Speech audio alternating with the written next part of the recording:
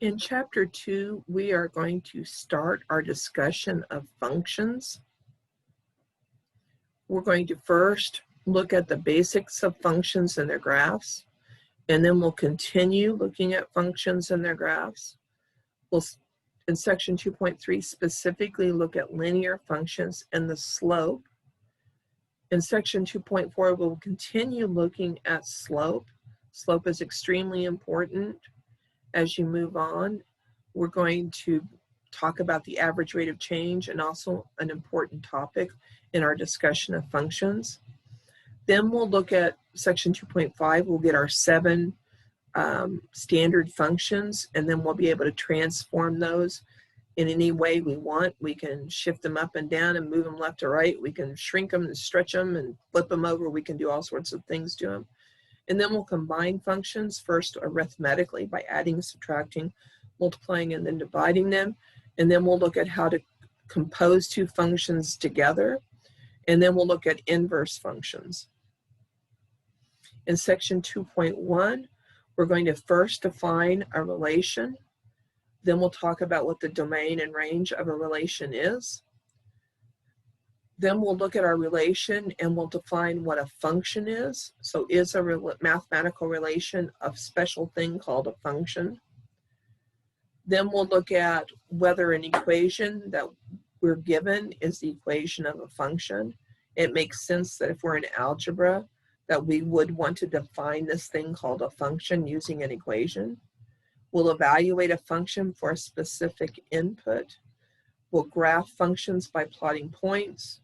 We'll talk about the vertical line test that we can use to identify whether the graph of something is a function or not. We'll obtain information from the graph of a function. We'll identify the domain and range from the graph of a function. And then we'll talk about intercepts of a function. All right, so we're going to start with an example of the salaries of 5 different celebrities from June 2013 to June 2014. So we have a graphical representation of their salaries in the upper right of this slide. It's a bar graph, and it shows the celebrity, and it shows what the celebrity's salary was. For example, Howard Stern's salary was $95 million, as was Simon Cowell's. Glenn Beck's was $90 million. Oprah Winfrey's was $82 million, as was Phil McGraw's. So this graph indicates a correspondence between the celebrity and their earnings in millions of dollars for the year from June 2013 to June 2014. We can take this correspondence and write it as a set of ordered pairs, where the first component in our ordered pair is the celebrity's name, and the second component in the ordered pair is their salary. So this set of ordered pairs that we formed from this correspondence would be the ordered pair Stern 95, Cowell 95, Beck 90, Winfrey 82, and McGraw 82. So as soon as we formed a set of ordered pairs, we formed something that's called a mathematical relation. The definition of a relation is a set of ordered pairs. The set of all the first components of the ordered pairs is called the domain of the relation, and the set of all the second components is called the range of the relation. So going back to our celebrity and salary example, looking at the set of ordered pairs that we formed based on the celebrity's name and their salary, what's the domain and range? Well, the domain is the set of all the first components of our ordered pairs, the first coordinate. So the domain would consist of the set that includes Stern, Cowell, Beck, Winfrey, and McGraw. So that would be the domain. The range would be the set of all the second components in these ordered pairs, all the second coordinates. So we would have 95, and I don't need to write the 95 twice. Both Stern and Cal earned 95 million. Beck earned 90, so we put the 90 down. And 82, we don't need to write the 82 twice. So our domain is the set of the names of the celebrities, all the first components, and the range is the set of all the second components, their salaries. So what's the domain and range of this relation? Well, in this relation, I have a set of ordered pairs, so it is a relation. All the first components would constitute the domain.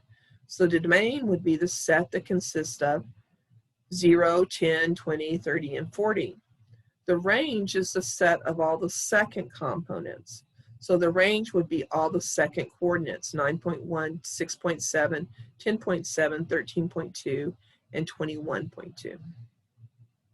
Domain, set of first components, range, the set of second components. Okay, so as we looked at this example, did you wonder what was the relationship between these ordered pairs? I mean, I said it was a relation, but what constitutes the relation? What defines the relation? So as you worked the problem, did you wonder, was there a rule that assigned the inputs in the domain to the outputs in the range? And here's two incredibly important words that we need to learn: input and output. So the domain of a relation consists of a set of inputs. The range of a relation consists of a set of outputs. This is what you've already done in section 1.1, where you were given an equation to graph. And how did you graph that equation? You decided, or MyMathLab decided for you, what your set of inputs was going to be. What x's are you going to put into this equation to find out what y is? So the set of x's were your inputs, whatever you chose. I don't know, 0, 1, let's do 0, 1. And the set of y's that you got out were your outputs. Now we've defined the relationship between these set of inputs and these set of outputs using an equation, which we're going to do again here in just a second. But we've defined what the relationship between these two things are. You know, when x is 0, y is 1. When x is 1, y is 3. So when you input 0 into that equation, you output 1. When you input 1 into that equation, you output 3. So that is an input-output pair. So how did we get those ordered pairs on the previous slide? Those ordered pairs come from the graph that's in the lower right of your slide. This graph represents the percentage of first-year United States college students claiming no religious affiliation. The green bar are the women who claim no religious affiliation, and the orange bar is the men who claim no religious affiliation. The horizontal axis is the years. The vertical axis is the percentage. Now the ordered pair that we created, 3013.2, comes from this bar right there. 30, the first component in this ordered pair, represents the number of years since 1970. So since the year 2000 is 30 years from the year 1970, the first component of this ordered pair is 30. The second component of this ordered pair is the output. If the input is 30, the year 2000, what's the output? Well, the output is that 13.2% of first year United States college females, women, claim no religious affiliation. And we could continue and get all the other ordered pairs that we had on the previous slide. If we look at the year 1970, in 1970, 9.1% of the first year college women claimed no religious affiliation. So we could create an ordered pair 0, the number of years since 1970, if you're in 1970, is 0, 0, 9.1. We could create the second ordered pair, 10, 6.7, etc. Now we can take those ordered pairs that we created from that bar chart and we can plot them on the coordinate plane. So this is another way we can define a relation. We can define a relation as a roster list of ordered pairs, just list them.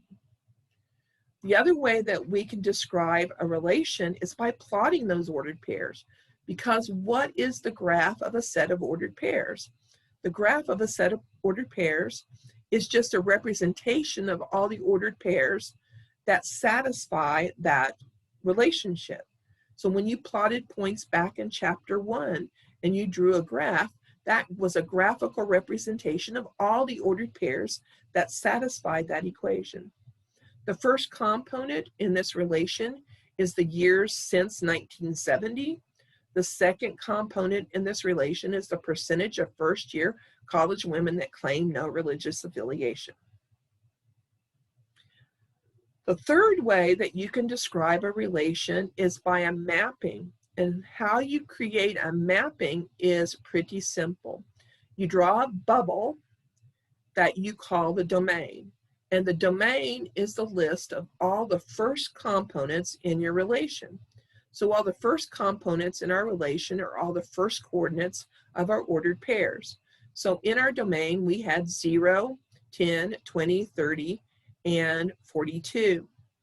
Our range, we draw a bubble for our range and we label it, and that's all the second components in our set of ordered pairs. So what were all of our second components? We had 9.1, 6.7, 10.7, 13.2, and 21.7. And then we map using an arrow, a line and an arrow, from the element in the domain, the first component, to the element in the range, the second component. So for example, if we look at this one right here, this mapping here, 20 mapping to 10.7, represents the ordered pair 20, 10.7. So when the input is 20, or 20 years since 1970, 1990 to be specific, the output is 10.7. So in 10.7% of first year college women claimed no religious affiliation. Let's go back to our celebrity salary example. So we took that bar chart that we had on that first slide and we created a table. In the first column, we listed the celebrity's name. In the second column, we listed their earnings.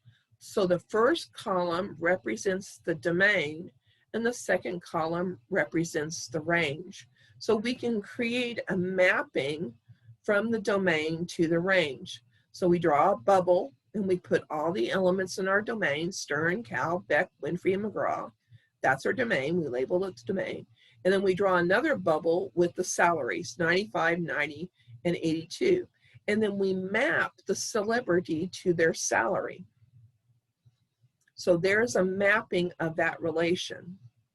Now we could also map the other way.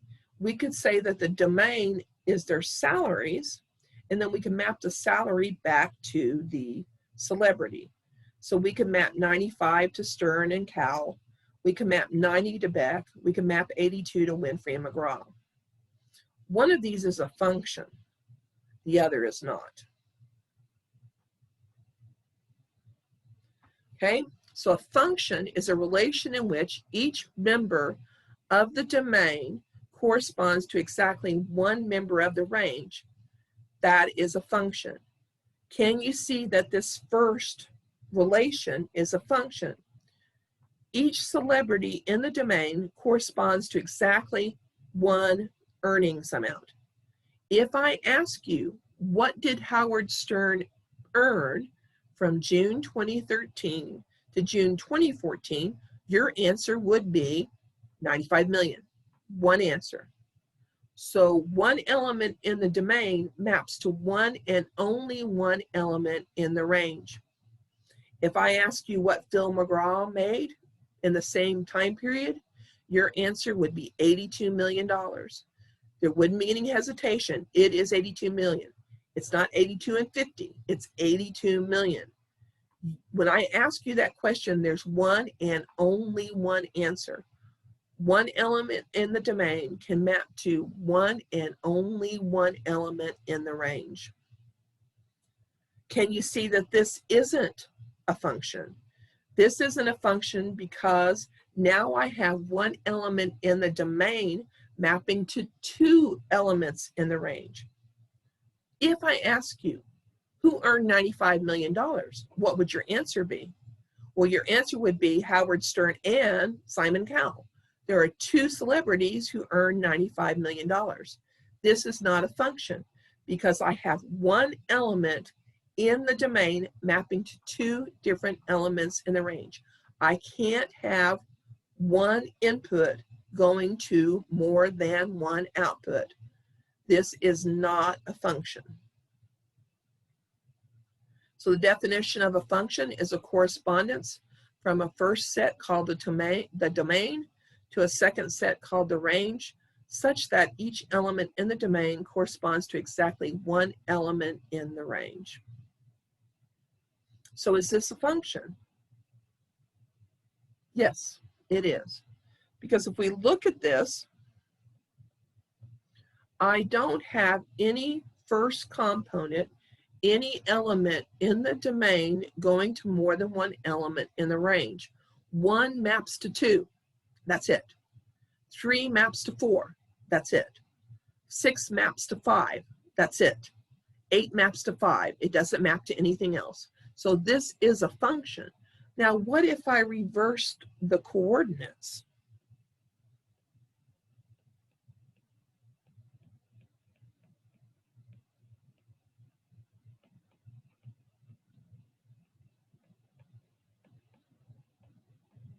This is not a function.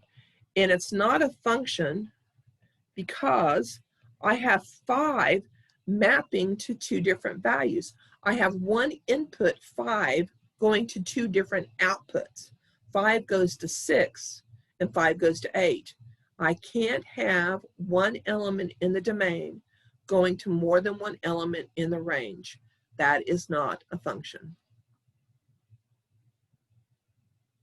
All right, functions as equations. Functions are usually given in terms of equations rather as sets of ordered pairs.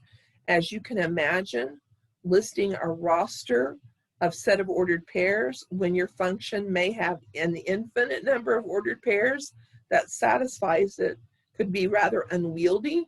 So equations are a much more efficient way of describing a function. For example, this function down here, and it is a function, and we'll talk about why it's a function in just a minute.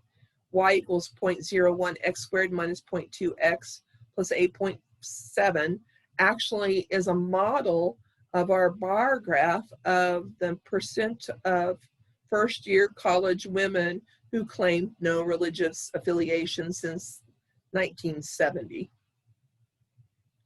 So in this example, the variable x represents the number of years after 1970. So for example, when x is 0, that is 1970. When x is 10, that would be 1980, etc. The variable y represents the percentage of first-year college women that claim no religious affiliation. So given the input, the number of years since 1970, I can figure out what the output is. What is the percentage? The variable y is a function of the variable x. For each value of x, there's one and only one value for y. So for any value I input for x, I'm going to output 1y, exactly 1y. The variable x is called the independent variable because it can be assigned any value in its domain. Thus, x can be assigned any non-negative integer representing the number of years after 1970. So any whole number you could use for x. The variable y is called the dependent variable because it depends on the value of x. You input x, you go through the arithmetic, and you output y. So y depends on whatever x is. The output depends on the input. The percentage claiming no religious affiliation depends on the number of years since 1970. The value of the dependent variable y is calculated after selecting a value for the independent variable x. We've seen that not every set of ordered pairs defines a function. Similarly, not every equation defines a function of y with respect to x. So how do you determine if an equation is a function? You solve for y. If you get one and only one value for y for every input x, then it is a function. So let's determine if this equation is a function. To determine if this equation is a function, you're going to solve for y. To solve for y, I'm going to subtract x squared from both sides.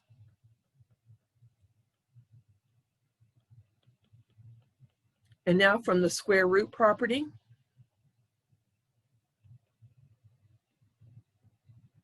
if u squared, some algebraic expression, is equal to d, we can take the square root of both sides.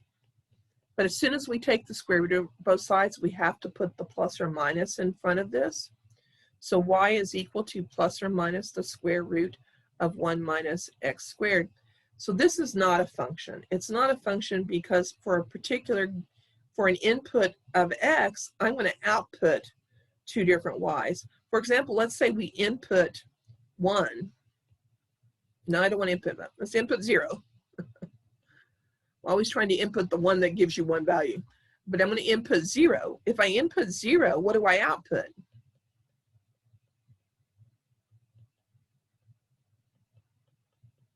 I input two values for y. So this is not a function because for a particular input, I can output two different y values. Okay, so what's the quick and easy way to figure out if the equation you've given of a relation is a function? Look at the exponent on the y. If the exponent on y is an even number, it is not a function. If it's odd, it is.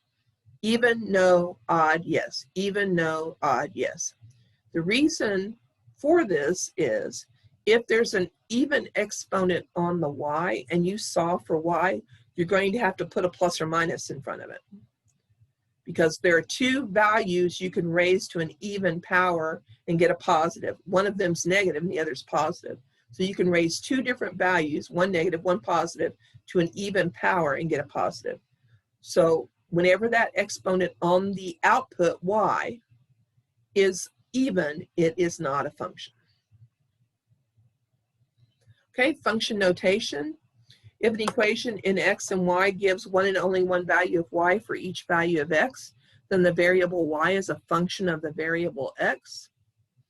When an equation represents a function, the function's often named by a letter such as f, g, h, both lowercase and uppercase. The most common letter that we use is F, F for function, but you can use any letter. Any letter can indicate that an equation is the equation of a function. You can think of F as, suppose we let F name our function, we can think of our function as a machine where our inputs are elements of our domain.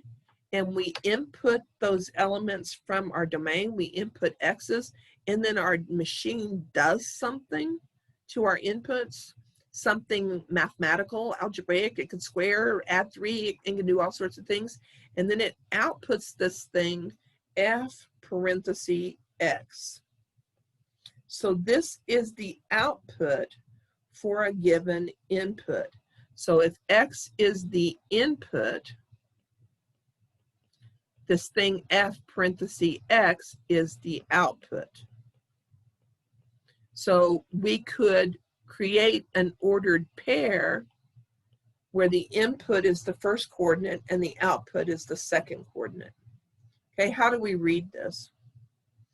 We read this f parenthesis x as f of x or f at x, and I use both of those interchangeably. What this represents is the output of the function for a given input x. F of x and y are exactly the same thing. So why do we use this notation? We use this notation because when you see it, you know that equation is a function. You know with no doubts whatsoever. So if I write something like this, I'm just making something up. I don't remember the exact formula. But if I write something like this, I know that's a function of t. G is a function of t. The input is t and my output is g of t. So just looking at this, I know it's a function. I know what the input is. I know what the output is. The input's t, the output's g of t, which is equal to 1/2 gt squared. So I know by just looking at it that it's a function, and I know what the input is, and I know what the output is. Okay, so for our first year college women claiming no religious affiliation, let's make this clearer by considering that specific example. We know the equation y equals 0.01 x squared minus 0.2 x plus 8.7 defines y as a function of x. We'll name this function f. Now we can apply our function notation. Our input is x, our output is f of x. F of x equals 0.01 x squared minus 0.2 x plus 8.7. Again, with our function notation, then how do we evaluate f of 30? What's this mean? If the input is 30, so the number of years since 1970 is 30, that means the year 2000. We can find the output given this input by replacing x with 30. So in our function, we take the x, we replace it with 30, we take our calculators out, and we let our calculators do the arithmetic for us, and we find f of 30 equals 13.5. So what this means is when the input is 30, the output is 13.5, or the ordered pair is 30, 13.5. So in the year 2000, 13.5% of first-year college females said they had no religious affiliation. So again, our function notation, f of 30 equals 13.5, tells us the value of the function at 30 is 13.5. When the function's input is 30, the output's 13.5. So again, if we use our function analogy, our machine analogy, when we input 30, our function manipulates our input by squaring it, multiplying it by 0.012, subtracting 0.2 times our input, adding 8.7 to that value, and we get an output of 13.5. So when the input is 30, the output is 13.5. Okay, let's evaluate this function. We're going to evaluate this function at the input -5, and we're going to do that by replacing our x in our function with -5, and then letting our calculators do the arithmetic. This is 25 minus 2 times -5 is plus 10. This is 42. So f of -5 is 42. So when our input is -5, our output is 42, or -5, 42 is an ordered pair that satisfies my function. And if I were to graph this, -5, 42 would be a point on the graph of this function. So let's talk about graphing. The graph of a function is the graph of all its ordered pairs. For example, the graph of f of x equals 2x is the set of points x, y in the rectangular coordinate system that satisfy y equals 2x. Similarly, g of x equals 2x minus 3 is the set of points x, y in the rectangular coordinate system that satisfy the equation y equals 2x minus 3. So we could pick points and we could graph these. And I'm not going to graph all these points because it only takes 2 points to graph a line, and I happen to know that both of these functions are linear. I'm going to graph 3 points just so I have one as a check. So let's graph -2, -1, and 0. So when I input -2 in for x, 2 times -2 is -4. When I input -1 for x, I get -2. When I input 0 for x, I get 0 for my output. So that gives me 3 ordered pairs to plot. Let's do the same over here for g of x. When I input -2, I output -7. When I input -1, I output -5. When I input 0, I output -3. And how did I do that? I just replaced the x in my function equation with my input and went through the arithmetic. So now let's graph these 6 points on the coordinate plane so we can see what this looks like. Okay, so I'm going to graph -2, -4, -1, -2, and 0, 0. So there is the graph of my first function. And you'll notice I'm going to put arrows on each end because I can continue to pick points indefinitely to the left and to the right. I'm going to label this function. Now I'm going to change colors. And I'm going to graph the second function. We had -2, -7. We had -1, -5. And 0, -3. I'm going to connect the dots.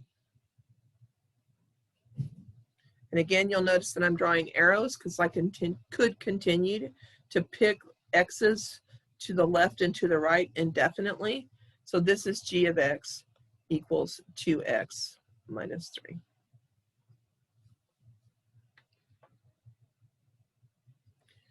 All right, the vertical line test.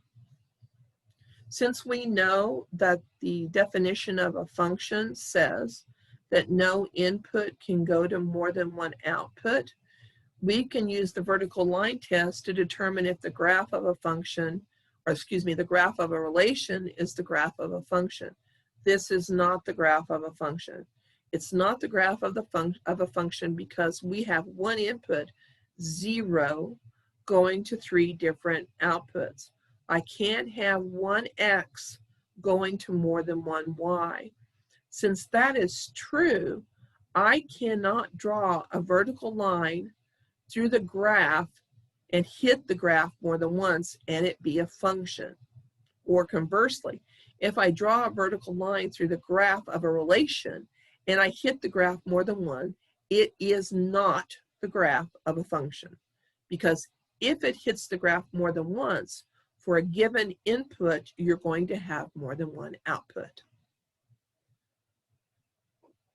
So our first graph on the left is not a function because I can draw a vertical line through that graph and hit that graph more than once, not a function.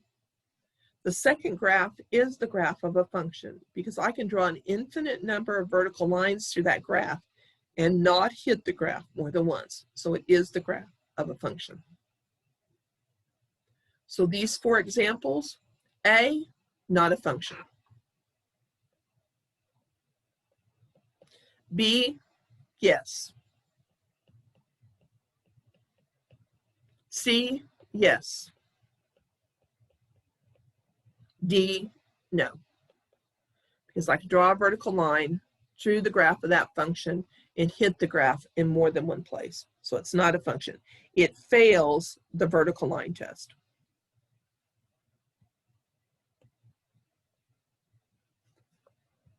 Okay, so obtaining information from graphs. You can obtain information about a function from its graph. At the right or left of a graph, you will find closed dots open dots or arrows. A closed dot indicates that the graph does not extend beyond this point and the point belongs to the graph. An open dot indicates that the graph does not extend beyond this point and the point does not belong to the graph. An arrow indicates that the graph extends indefinitely in the direction in which the arrow points. So looking at this graph, we can see that there are two closed dots on the left end of this graph and on the right end of this graph. That means this graph does not extend into the negative numbers and it doesn't extend beyond x is equal to 11. We can find the output of a function given the input from a graph. We can find the input given the output of a graph. So for example, finding f of 5. They're asking you to find the output if the input is 5. So if x is equal to 5, what is y equal to? If the input's 5, what's the output? So how do I do that? On the x-axis, I go to 5. Then I go vertically up to where I intersect the graph. And that point right there is the input-output pair that I'm looking for. When x is 5, what is y? Well, if I go over to the vertical axis, I can see that y is 400. So the input-output pair, when input is 5, the output is 400. So f of 5 equals 400. What's the second thing they're asking you to do? They're asking you to find x if y is 100. If the value of the function is 100, what is the value of x? So I'm going to go on the y-axis to 100. Then I'm going to go horizontal till I intersect the graph. About right there, maybe. Yeah, pretty close. It's hard to draw a horizontal line on a PowerPoint slide. But it's about right there, maybe 9.5, somewhere in there. But that is the point where the output is 100 and the input, oh, maybe 9.5, something like that. Okay, so that's one thing I can do from the graph of a function. The other thing I can do from the graph of a function is determine its domain and range. The domain of a function is the set of all the inputs or the values along the x-axis. The range is all the values for y or all the values along the y-axis. Okay, the way I find domain and range, to find the domain, I look at the graph. I determine where on the left does the graph begin. That's the starting of my domain. Then I look where on the right does the graph end. That's the end of my domain. Now it may continue indefinitely. So it may be negative infinity and positive infinity. But I look at the left, where does it begin? Look to the right, where does it end? That's the domain. To find the range, I look for y values, vertical. Y is vertical. So I look for the smallest value for y, smallest value. Then I look for the largest value for y. The range is going to be the interval from the smallest to the largest. Okay, so looking at this example, the furthermost left point on the graph of this function is right there. That's the furthest left that it goes. It doesn't go beyond that point. The furthest right point that I have on the graph of this function is right there. So it doesn't extend any farther to the right than that point. So the domain is between those 2 points. The range, the smallest value for y is right here. The largest value for y, the highest point on the graph of this thing, is right there. So the range goes from the circle that I colored in over there to that bar. It goes from the smallest value for y to the largest value for y. So let's look at a few examples. Let's look at the domain first of this half circle. The domain of this graph is the furthest left point to the furthest right point. So the furthest left that this graph goes is right there. That's -4. The furthest right it goes is right there. That's 2. So the domain of this function is between -4 and 2, inclusive. It's inclusive because the -4 and the 2 are both solid dots. So the domain of this function is all the x values greater than or equal to -4 and less than or equal to 2. So in set builder notation, it's the set of all x such that x is greater than or equal to -4 and less than or equal to 2. In interval notation, it's the interval from -4 to 2 inclusive, so we use brackets to show that the endpoints are included. What's the range? Well, the smallest y value on the graph of this function is right here. This is the smallest y, and that looks like y equals 1. The largest value for y is right here, and that looks to be y is equal to 4. So in the vertical direction, the graph of this thing starts at 1 and it ends at 4. And we're going to include both of those endpoints. First of all, at y equals 1, there is a solid dot. So we're going to include that point. This maximum value on the graph of this function, that is a point on this function. So whatever that point is, -1, 4, that is on the graph of this function. So we're going to include that in the range of this function. So the range of this function is all the y values between 1 and 4. So it's the set of all y such that y is greater than or equal to 1 and less than or equal to 4. In interval notation, it's all the points between 1 and 4. Inclusive, so we use brackets. Okay, how about this example? What's the domain? Well, where does this graph start on the left-hand side? It starts at -2. Where does it end? It ends at 1. And I'm going to use brackets because I have solid dots on each side. Okay, what's the range? What's the smallest value for y? Well, the smallest value for y is right there. And that's y equals 0 because that's on the x-axis. And where's the largest value for y? Well, that's right there, and that's y is equal to 3. And again, we use brackets because we have solid dots on each end, so those endpoints are included in our domain and range.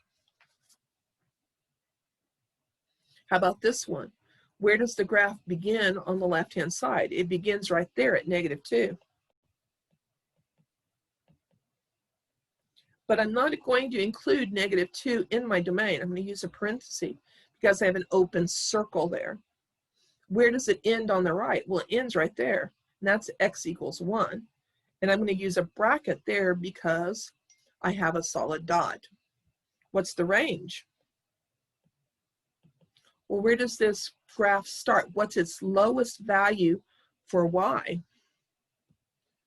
Well, its lowest value for y would be down here. That's as small as y gets. Y does not go below that point. That's the lowest point on the graph of this function.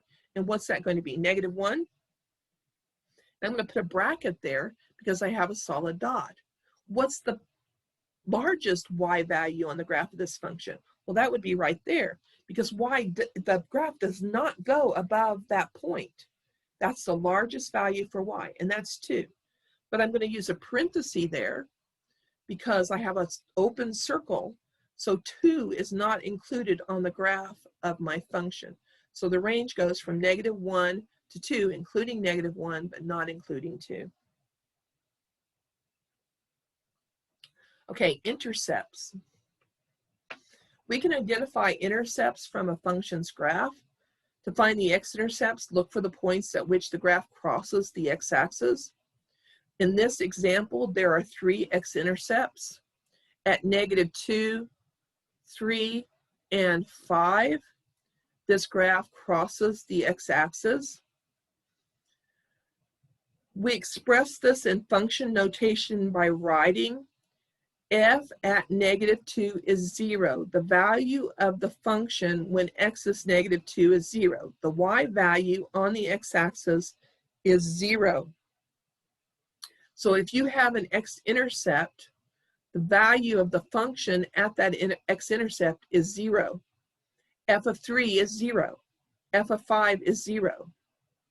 So we say -2, 3, and 5 are zeros of the function. And the reason we say that is those are 3 values of the input that make my output 0.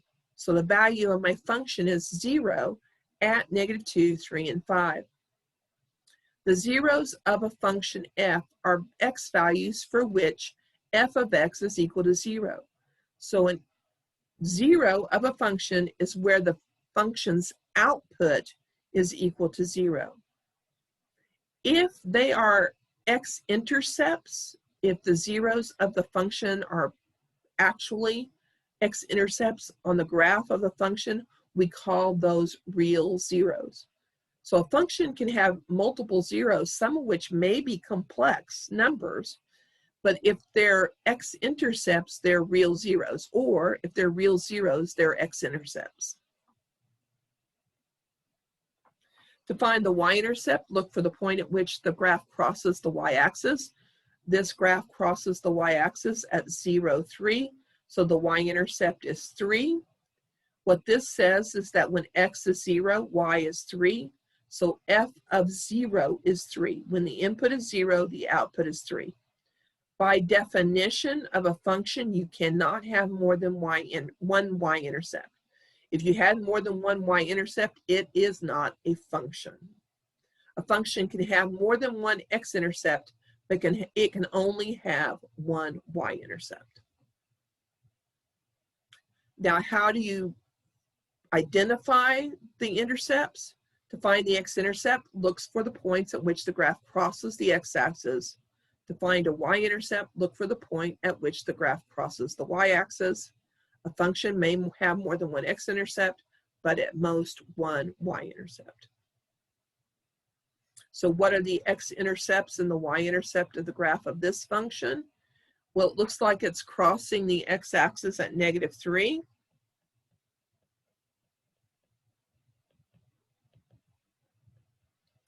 At -1 and 2. It only has one y-intercept, which it should if it's a function, and that looks to be at -6. Since these x-intercepts, these are x-intercepts, we call these real zeros.